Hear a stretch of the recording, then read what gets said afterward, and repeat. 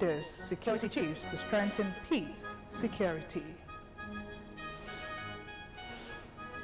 Court bars Ayedatiwa from contesting 2028 Ondo governorship election. Another foreign scene, Russia jails 19 people for life over Moscow concert hall attack. And in business news, NNPC reduces petrol price to 1,139 naira in Lagos, 1,165 naira in Abuja. I bring you details of this and other stories when I return on the business segment of the news. I am Olayemi Takuro. Stay with us. And on sports news tonight, Nigeria's D Tigers trashed Colombia to begin 2026 FIBA Women's World Cup qualifiers. Bring you details of this and more on the sports segment of the news. I am Emmanuel Dasaudu. Stay with us. The way to get started is to quit talking and begin doing. Remember, you can watch us live on Facebook at Ogun TV and Ogun State Television, on YouTube at OGTV Abeokuta, and on OGTV website on www.ogtv.com.ng/live.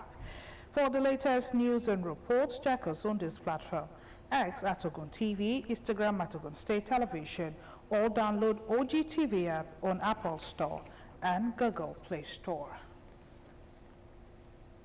We now go to the details of the news, where President Bola Tinubu has nominated a former Director General of the Securities and Exchange Commission, Lamido Yuguda, as Deputy Governor of the Central Bank of Nigeria. The Special Advisor to the President on Information and Strategy, Bayo Ononuga, disclosed this in a statement. He said the nomination is subject to confirmation by the Senate, adding that the appointment was made in line with Section 8, Subsection 1 of the Central Bank of Nigeria Act 2007. The President urged the nominees to discharge their duties with professionalism and commitment to Nigerians' economic stability and growth. Yuguda served as Director General of the SEC from 2020 to 2024. His nomination follows the recent appointment of the former CBN Deputy Governor Bala Bello as Special Advisor to the President on Political Economy. Moving on, Ogun State government has reiterated that it will continue to partner with every reputable media organization, particularly the subsidiaries of Dar Communication PLC, to showcase the potentials of the state, including the activities and programs of governments to the general public. The Chief of Staff to the Governor, Dr. Oluwatoyin Taiwo, will disclose this while playing host to the management of Dar Communication in his office in Okemoson, Abeokuta, noted that the strategic collaboration which bring about prosperity to both the media organization and the Ogun State government. The Chief of Staff maintained that all available indices and development indicators are pointing to Ogun State as the fastest growing economy in the country, and the state is poised to sustain the enviable feat. The general strikes that is going on in the state, God has so much blessed us with somebody that is consent to us at this very particular time in Ogun State. Having come this far, it was now 50 years, a record. We thank God His judgments by number 0. To the Managing Director of Dar Communication PLC, who is the leader of the delegation, Dr. Marcel Anyalechi, he said the visit was to review their operation strategy and also to explore other ways to improve media relationship with the state government. Dr. Anyalechi noted that the state, being one of the fastest growing economies, is very strategic in the country, and every reputable and responsible media organization will strive to partner with the state. Speaking further, the MD of Dar Communication stated that the state had improved greatly on infrastructural development, commerce and industry, particularly the development strategy of the state, saying that his organization shares a lot of vision together with the state government and was ready to use their platform to showcase the state to the world.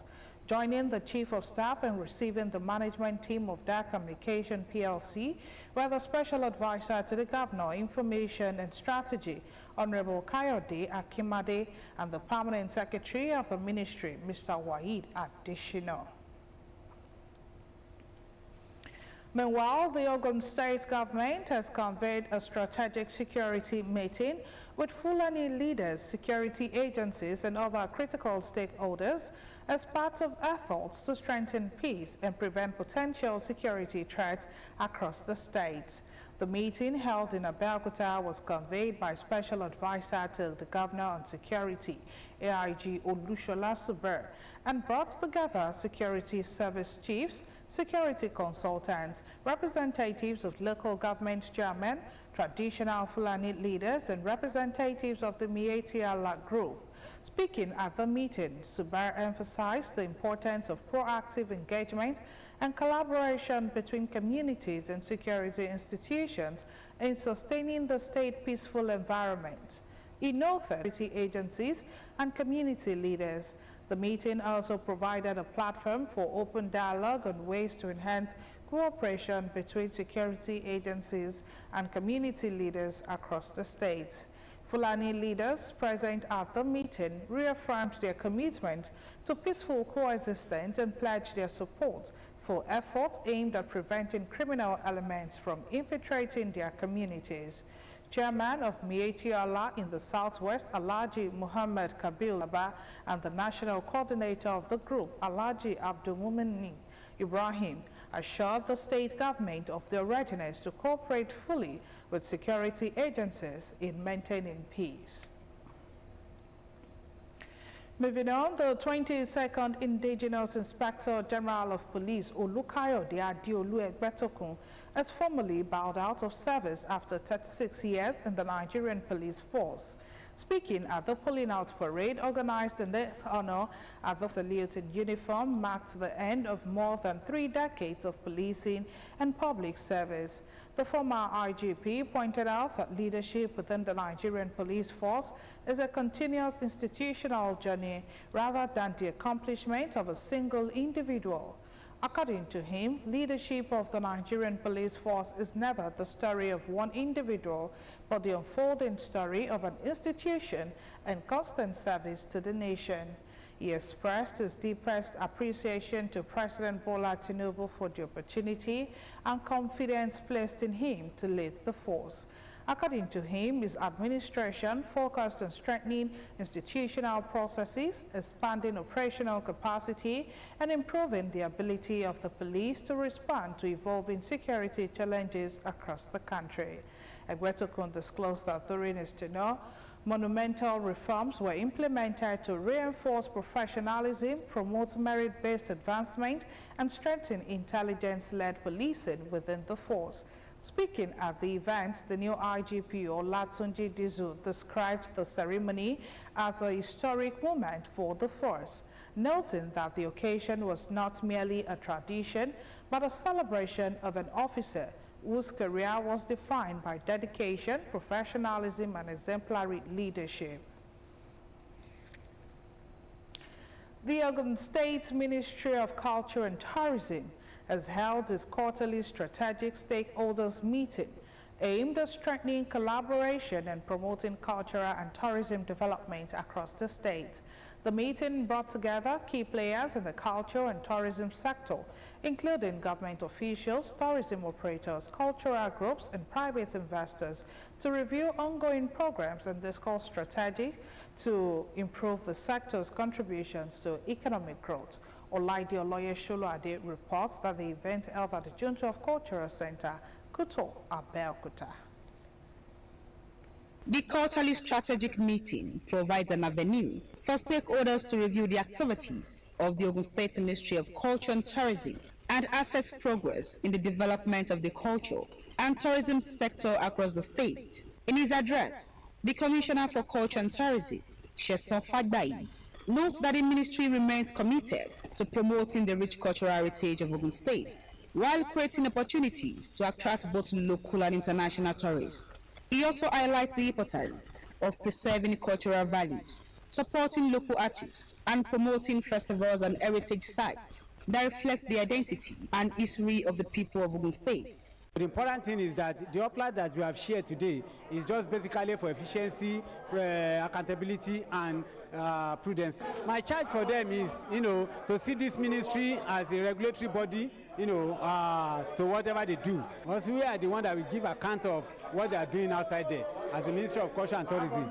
But I would be glad that if they could understand, from perspective at which what we are talking to them, that yes, see this ministry as your ministry, let us do, what is required of us together, so that at the end of the day, it's a win-win affairs. They will enjoy from us, and we also get to take home from them. Stakeholders at the meeting, including tourism practitioners, cultural group, and private sector representatives, also shared their perspectives on ways to strengthen the sector.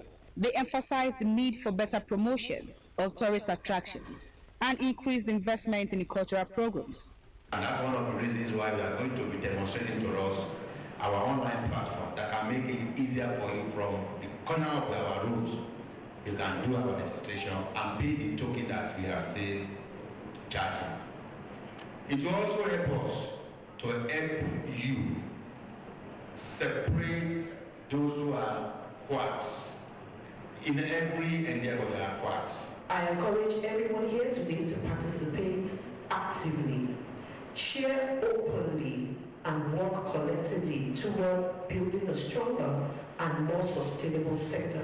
Some participants commended the ministry for organizing the strategic meeting, describing it as a step in the right direction towards strengthening the culture and tourism industry in the state. I think it's a very good one because before now we've actually been interacting with the ministries and without having a forum to have a comprehensive feedback like this. I think it's a very good one, and I will want to encourage them to keep it up. The meeting ended with a renewed commitment from stakeholders to continue working together in promoting cultural heritage and positioning Ogun State as a vibrant destination for tourism and cultural activities. Olaide Oloye Soluade, OGTV News. The wife of the Ogun State Governor, Mrs. Bamidele Abiodun, has called on women, particularly those in leadership positions, to mentor younger generations and create opportunities for their advancement. Mrs. Abiodun made the call while receiving an award of excellence as the Mother of Modern Ogun State during the 2026 International Women's Day celebration organized by the Women Wing of the Association of Senior Civil Servants of Nigeria. Our reporter Margaret Okunola was at the Obas Complex of Kemoso and Belkuta, the venue of the event. Our report. The 2026 International Women's Day celebration brought together top female government officials, civil servants, and other stakeholders to recognize the achievements and contributions of women to societal development. Wife of Ogun State Governor, Mrs. Bamidele Abiodun, represented by the wife of the Speaker of the Ogun State House of Assembly, Dr. Yinka Elemide, received the Award of Excellence as Mother of Modern Ogun State in recognition of her motherly role and contributions to the state's development.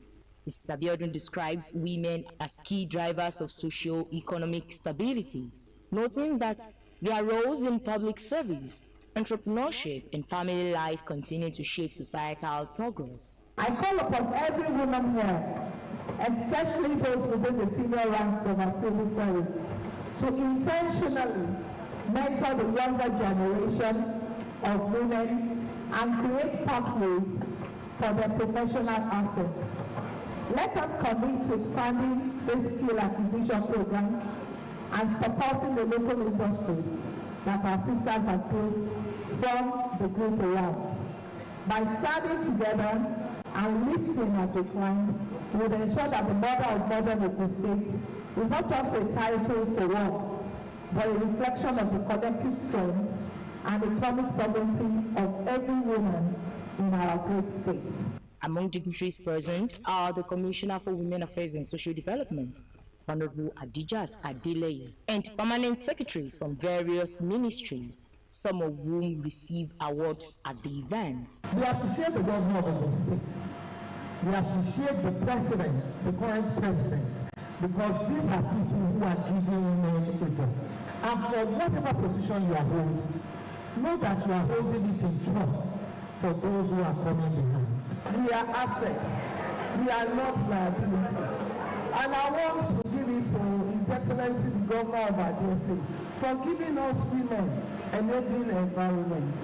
There is no position, there is no height that you want to attain in the state public service today as a woman that you don't have the opportunity. With the theme, Rights, Justice and Action for All Women and Girls, Comrade Isa Olude decorated the pioneer chairperson of the association, Comrade Janet, leaders of the association, alongside members of the Nigeria Labour Congress, Women Wing, and other stakeholders, emphasized the need for inclusion, equity, and greater participation of women in leadership across different sectors. They maintained that empowering women remains critical to national growth and development. Margaret Okunola, OGTV News. And still to come on the news. Court bars Ayedatiwa from seeking re-election in 2028 governorship poll. We'll bring you details of this and more after this timeout. Stay with us.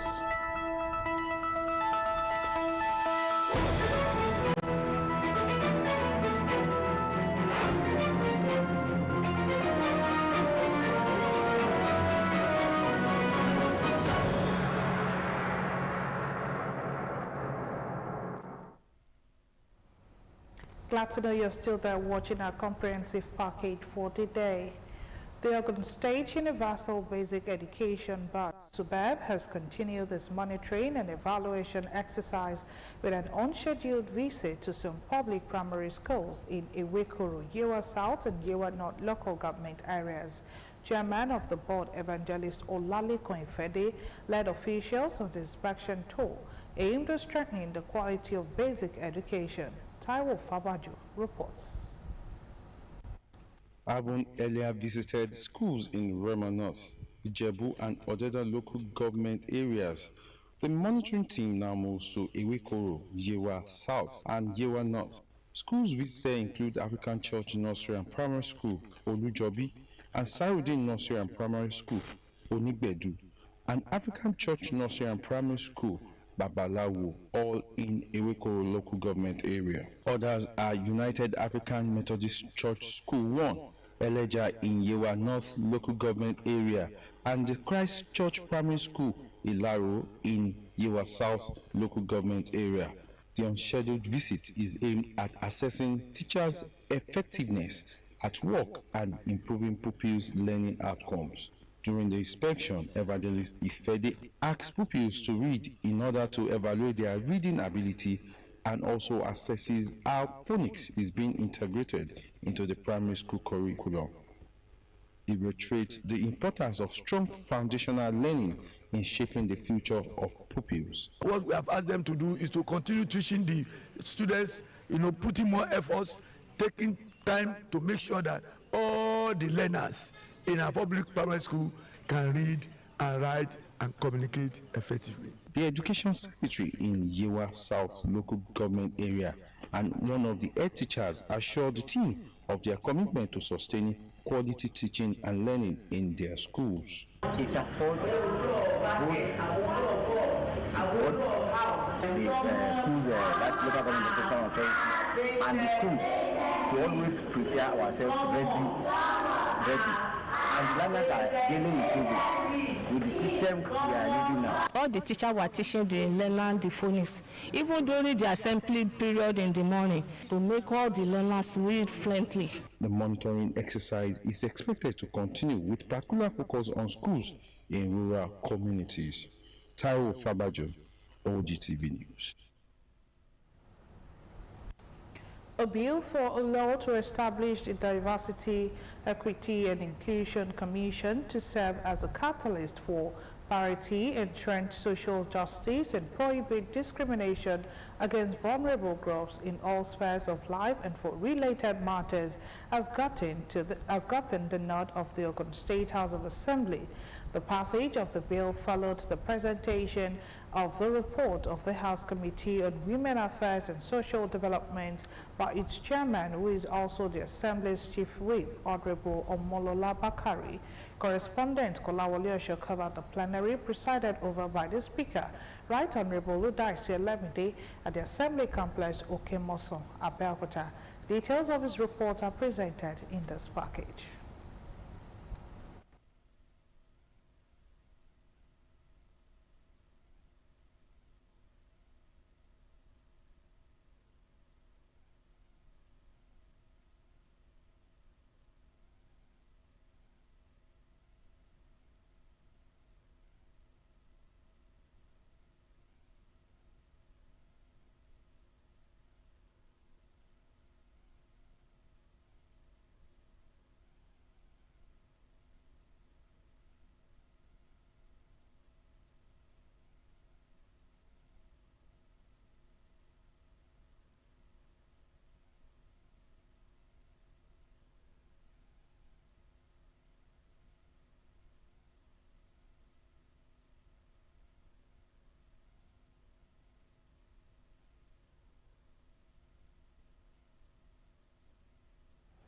We apologize for that output. We'll bring you details and videos of our story in the course of the bulletin. The Federal Ministry of Health and Social Welfare has begun the state-level implementation of the National Policy on Cosmetic Safety and Health, starting with a stakeholders' engagement in Lagos State.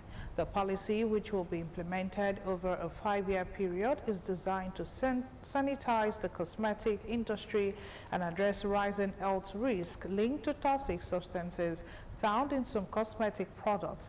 Officials say the initiative will strengthen regulation of cosmetic production and distribution, improve product labeling, and raise public awareness about the potential health dangers associated with unsafe cosmetic products. The program also brings together several government agencies and partners, including the National Agency for Food and Drug Administration and Control, the Federal Ministry of Environment, the Nigerian Customs Service, the Lagos State Ministry of Health, Resolves to Save Lives, and the World Health Organization.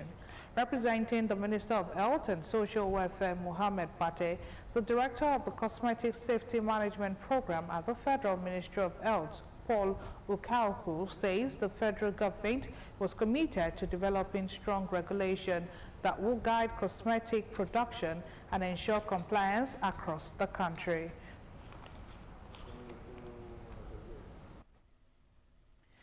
A bill for a law to establish the Diversity, Equity and Inclusion Commission to serve as a catalyst for parity, entrench social justice, and prohibit discrimination against vulnerable groups in all spheres of life and for related matters has gotten the nod of the Ogun State House of Assembly.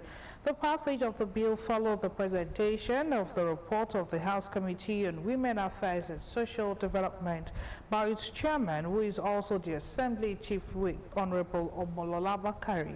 Correspondent Kolawole Osho covered the plenary presided over by the Speaker, Right Honorable Ludaisi Lemide, at the Assembly Complex in Okemoson, Abeokuta.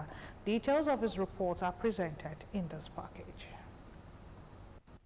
Presenting the report of the House Committee on Women Affairs and Social Development on a bill for a law to establish the Diversity, Equity and Inclusion Commission to serve as a catalyst for parity, entrench social justice, and prohibit discrimination against vulnerable groups in all spheres of life and for related matters, Chairman of the committee, Honorable Bakari, posited that the Commission will enhance social justice, eradication of discrimination against vulnerable groups. A bill for the law to establish the Diversity, Equality and Inclusion, DEI. Honorable Bakari later moved the motion for the adoption of the report, seconded by Honorable Folawewo Salami and supported by all the lawmakers through a voice vote during a plenary presided over by the Speaker, Right Honorable Ludaisi Lemide, at the Assembly Complex of Okemoson, Abeokuta.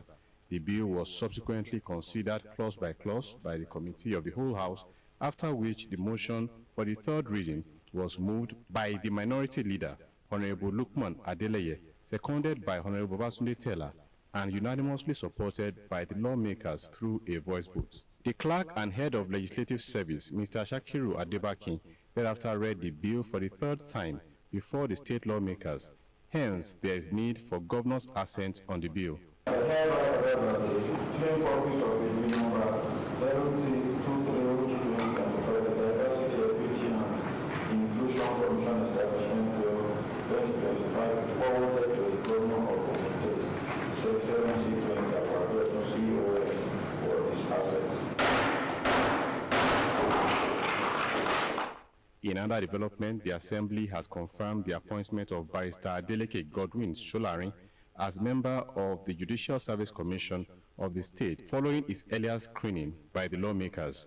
The confirmation followed the presentation of the reports of the Committee of the Whole House by the Chief Whip, Honorable Bakari, after which the Minority Leader, Honorable Lukman Adeleye, moved the motion for its adoption and conversion of the report into a House resolution, seconded by the Deputy Majority Leader, Honorable Ademola Adeniran, and supported by all the lawmakers through a unanimous voice vote. The committee has found the nominee eligible and stable to assume the office of the member of Judicial Service Commission of Ogun State based on his qualification, experience, recommendation, and his confirmation in compliance with the provision of section 1971 of 1999 Constitution of the Republic of Nigeria as amended.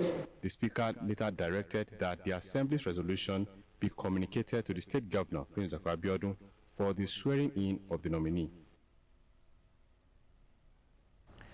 The Federal High Court in Akure, Ondo State has barred Governor Lucky Ayedatiwa from contesting the 2028 governorship election in the state, declaring that allowing him to seek another term would violate the constitutional limit of 8 years tenure. In a judgment delivered, Justice Adegoke held that Ayedatiwa, who was sworn in on December 27, 2023, to complete the tenure of the late Governor Oluwarotimi Akeredolu and subsequently inaugurated on February 24, 2025, after winning the November 16, 2024 governorship election, would be ineligible to stand for election again in 2028. Justice Adegoke declared that the 1999 Constitution, as amended, did not provide for a situation where an elected president, vice president, governor, and deputy would spend more than 8 years in office, citing the Supreme Court's decision in Marwa vs. Nyako. The court ruled that the suit is not speculative or academic, emphasizing that it was any section of the Constitution, being a creation of law and duty bound to uphold it at all times. The court held that if the third defendant is allowed to contest and serve another 4 years, that would be against the position of the law in Marwa vs. Nyako, where the Supreme Court held that the president or governor cannot serve beyond 8 years. 12 members of the House of Representatives have announced their defection from their political parties, with indications that 5 other lawmakers may soon switch allegiance to either the All Progressives Congress or the African Democratic Congress. Of the 12 lawmakers who defected, 6 left the People's Democratic Party for the APC. 5 members abandoned the Labour Party and the PDP for the ADC, while 1 member moved from the Young Progressives Party to the ADC. The development has heightened concerns about growing instability within political parties ahead of the 2027 general elections. The Deputy Speaker of the House, Benjamin Kalu, who presided over plenary, disclosed that some other members had also written to the leadership of the House, notifying it of their intention to leave their current parties. He, however, said the letters and the destination parties of the lawmakers would not be disclosed in their absence. While announcing the names of the defectors, Kalu said the reason given by the lawmakers were similar to those previously cited by others who had defected. He added that the House would not read the letters during this session in order to save time. Over 400 youths from Abeokuta South and surrounding areas in the state capital were said to have undergone intensive vocational training in various entrepreneurial fields. The 4-day initiative, reportedly sponsored by Honorable Tolulope Phillips of the All Progressives Congress in partnership with the Julius Oyedele Foundation, focused on skills ranging from catering and fish farming to digital content creation. Observers noted that the program aimed to provide participants with both the technical expertise and the financial support needed to achieve self-reliance. Details are in this package.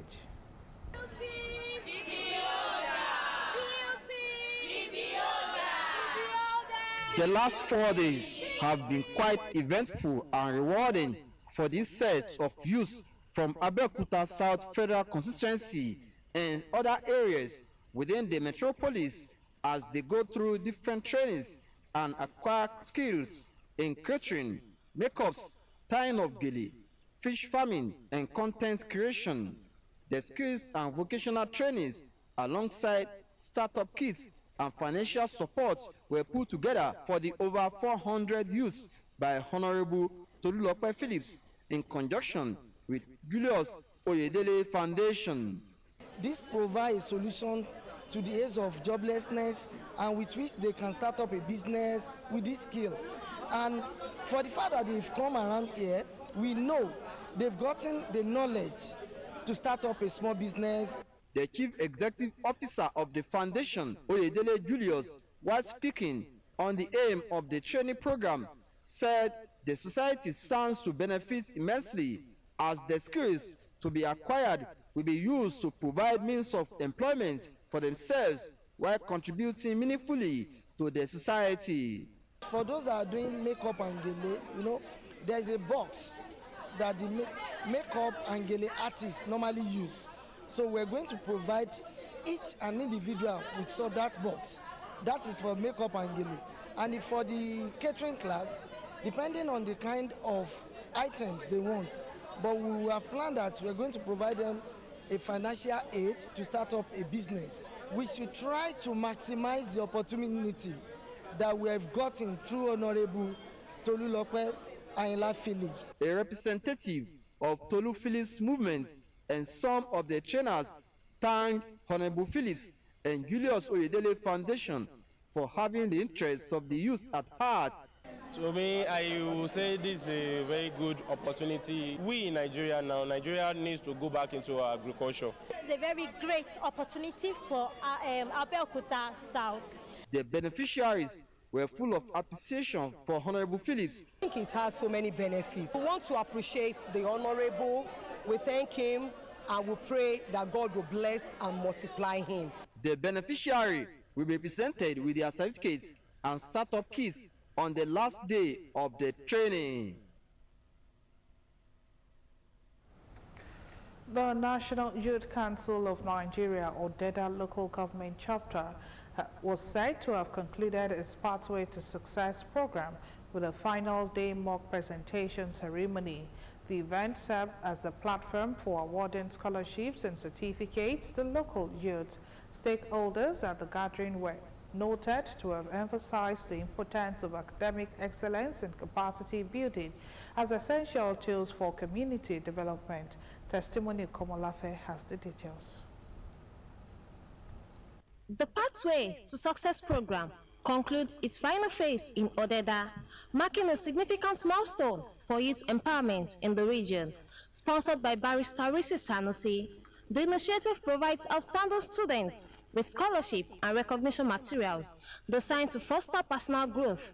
The youth leader of Odeda local government area, Ajanim Alamu, opens the ceremony by welcoming guests and commending the sponsor's commitment to human capital development. Our work is to to build the nation, so to make sure that our youth are okay, to make sure that we organize a program that will benefit our youth, to empower our youth. Addressing the beneficiaries, Barrister Risa Sanusi charges the youth to remain resilient in their studies. She urges them to leverage these new opportunities to contribute to the economic and social fabric of Ogun State. They shouldn't look down on themselves.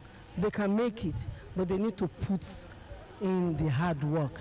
You know, if you don't work hard, there is no pain without any gain. There is no shortcuts. The academic perspective is provided by Temitope Popola from the Federal University of Agriculture, Abeokuta. Delivering a lecture titled, Education is the Edge, it maintained that formal learning remains the most potent tool for academic transformation. Following the call, the chairman of the Ogun State Agriculture and Multipurpose Credit Agency, Olakunle Shodende, encouraged the participants to explore the intersections of agriculture and entrepreneurship. Winners never give up, and winners never quit. So no matter the challenges you may be facing, just be focused that this is what you want to achieve in life. And with God on your side, and with hard work, you'll get there. Organizers note that the program is a strategic effort to inspire talent and discourage social vices among the youth in Odeda. The event wraps up with a special award presentation to Barrister Sanusi for community service, while the beneficiaries receive their certificate of participation, expressing hope for a brighter academic future. Testimony Komalafe, OGTV News.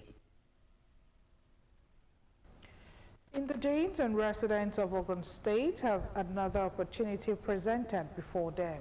This is because the Air Force Military School and other Air Force secondary schools across the country have announced admission exercises for the 2026-2027 academic session.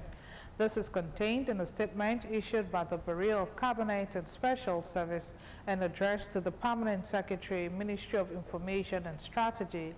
According to the statement, applications have commenced for admission into Junior Secondary School 1 at the Air Force Military School and Air Force Girls Military School, both in Jos, as well as 13 other Air Force Comprehensive Secondary Schools nationwide.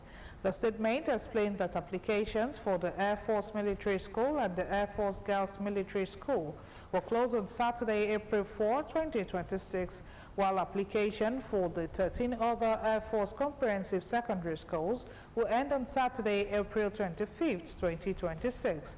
It notes that application forms are available online through the Nigerian Air Force Examination NUW.NAFEC.org.ng at a cost of 3,000 naira, adding that the entrance examination will be conducted at designated centers on a date to be communicated to candidates.